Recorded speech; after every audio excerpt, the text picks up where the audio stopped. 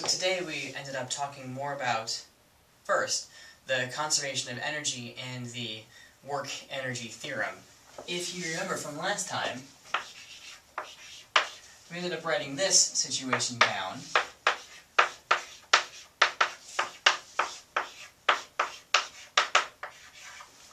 Where any non-conservative forces that you have are equal to, well, the work done by them is equal to the change in kinetic energy an object experiences plus the change in potential energy of the object.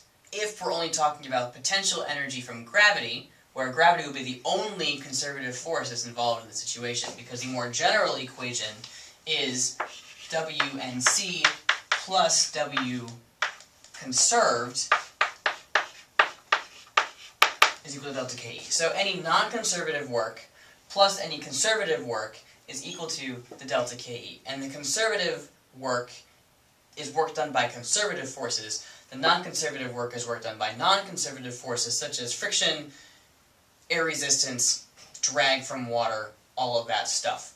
That would be the non-conservative work. And we said that the conservative work is equal to negative the change from potential energy in gravity if you're only thinking about gravity, where the potential energy from gravity is equal to mg times y, where y is some height above some level that you set. So, looking at this, assuming that the gravitational force is the only conservative force involved in your situation, then we have the non-conservative work done by friction or anything like that is equal to the change in kinetic energy of the object plus the change in potential energy due to gravity. Or, if there is no friction or air resistance or anything like that, then this is 0, which is equal to delta KE plus delta PE gravity. Or, that's equal to 1/2 mv final squared minus 1/2 m v initial squared plus mgy final minus mgy initial. If I bring the initials over here, since this is equal to 0, then that means that we have 1/2 mvi squared plus mgyi is equal to 1/2 m v final squared plus mgyf. Or the energy that's there initially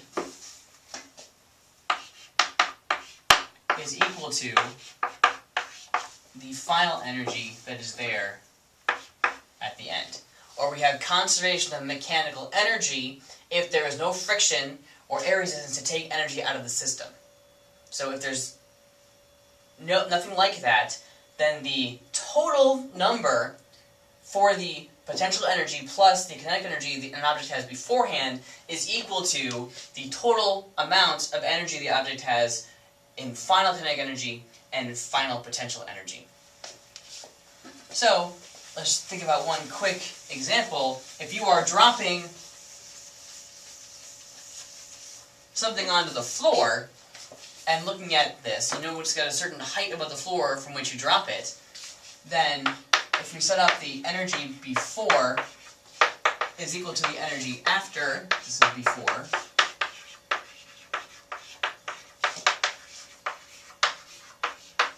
then at the top, before you let go, well, right when you let go of the beanbag or ball or whatever it is that you're dropping to the floor, it's got some certain height above the ground. Let's say that the ground is going to be at 0. It doesn't have any kinetic energy because you're dropping it from rest. You're just letting go. Like, say, this eraser I've used before in the past. So this eraser right here has 0 kinetic energy, but has a whole bunch of potential energy because I'm holding it above the ground.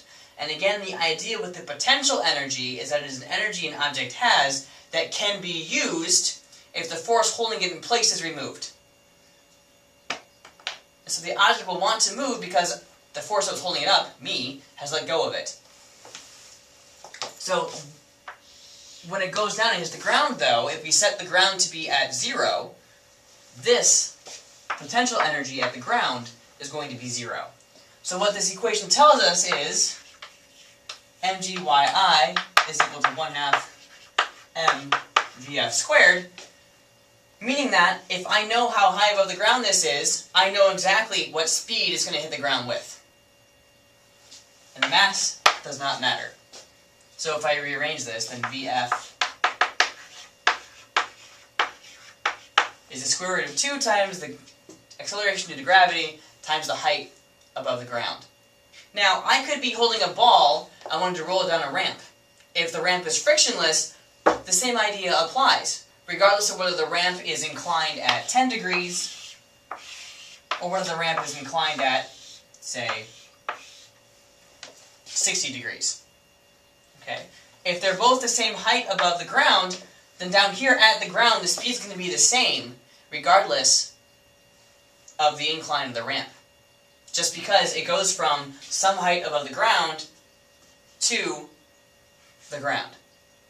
So that change in potential energy is going to be the same for both situations, and so the change in kinetic energy has to be the same in both situations. A reminder also that I mentioned in class today, the kinetic energy, potential energy, those are scalars. They're not vectors. So I don't have to worry about breaking things up into components because there are no components to break it up into. Okay? So that is one situation dealing with the conservation of energy when you have no friction going on. But if there is friction, energy is still conserved, it's just that it leaves the system and goes into other stuff, such as motions of molecules, heat, sound, all that stuff. And so the difference